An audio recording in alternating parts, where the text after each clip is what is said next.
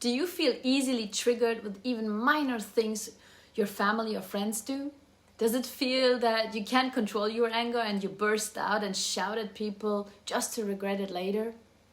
In this video, I will discuss 6 reasons why you feel angry for no apparent reason. Hi, I'm Dr. Ghazaleh and I create videos for people who want to heal the childhood trauma by feeling, connecting, and understanding the wisdom of their emotions. The first thing I want to mention is that it's okay to be angry. Life doesn't always happen in the way you want or need, and anger is a natural response to feeling wronged. In fact, anger is considered one of the basic forms of emotion, critical to survival. Anger can kick off your biological threat responses, activating everything from your cardiovascular system to your neurological system. Yet, feeling angry isn't bad in itself. It's a valid emotional experience, and it can provide you with important information. As a secondary emotion, your anger is trying to tell you something. But anger that is constant, excessive, or uncontrollable may go beyond levels that are beneficial and instead cause many mental health and physical issues. Here's 6 reasons why you feel this excessive anger. Number 1, childhood trauma. Anger and post-traumatic disorder often occur together.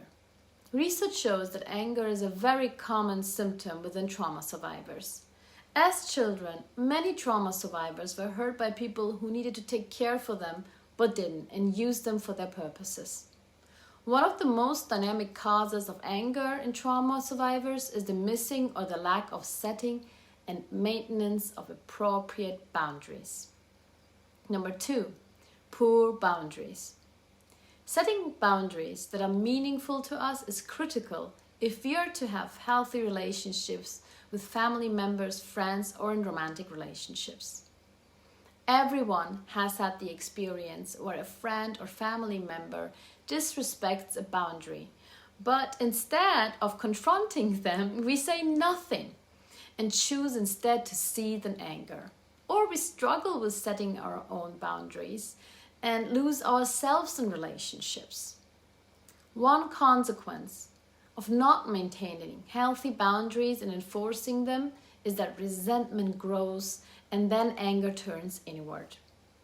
So when you turn anger inward and leave it unexpressed appropriately, you set yourself up for depression and other mental health problems.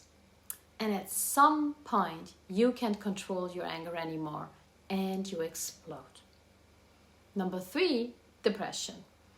Psychotherapy research meanwhile knows that depression results from anger repressed and directed toward oneself rather than being expressed externally. Indeed, anger turned inward is common in those who are depressed. This act of turning anger inward can worsen the severity of depression, setting up for a vicious cycle.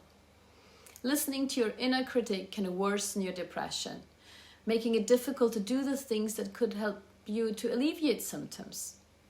Sometimes, those who are depressed turn their anger outward instead and lash out at those around them.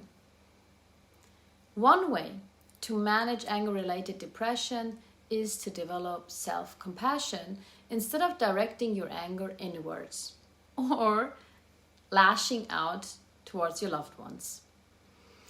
Number 4, learned helplessness. Learned helplessness often occurs in response to stressful situations or traumatic experiences in which a person feels they have limited control over the outcome. It is common in people who have experienced issues like childhood neglect. When caregivers do not appropriately respond to a child's need for help, the child may learn that they cannot change the situation. If this occurs regularly, the state of learned helplessness may persist in adulthood. As a result, feelings of loss of control, people get irritable and angry. Number 5, grief. Anger is a natural reaction to grief. In fact, anger is one of the 5 universal stages of grief. Apart from the loss of a loved one, you may also experience grief and anger if you lost other things that were meaningful to you, such as a relationship, a job, or anything that ties to your identity. If you feel angry after a loss, the first step is to understand where your anger comes from. Try to lean into your pain and dig into other emotions. When we suppress feelings, stuff them, or ignore them, they don't go away. They're just unresolved and often come out as anger. Number 6, fear. Since anger is a secondary emotion, typically one of the primary emotions like fear can be found underneath the anger. Fear includes things like anxiety and worry. Feeling fear is quite uncomfortable for most people, so it makes you feel vulnerable and oftentimes not in control. Because of this, people tend to avoid feeling afraid in any way they can. One way to do this is by subconsciously shifting into anger mode. In contrast to fear, anger can actually provide a surge of energy and make you feel more in charge rather than feeling vulnerable or helpless. Essentially, anger can be a means of creating a sense of control and power in the face of vulnerability and uncertainty. So next time you're feeling angry, pause for a moment to check in with yourself and see if you can identify the primary emotion driving the anger. You can ask yourself, what is my anger trying to tell me? Or what am I avoiding feeling? I hope this has been helpful in understanding where your anger is coming from. If it has, please like and subscribe and see you in my next videos. Bye.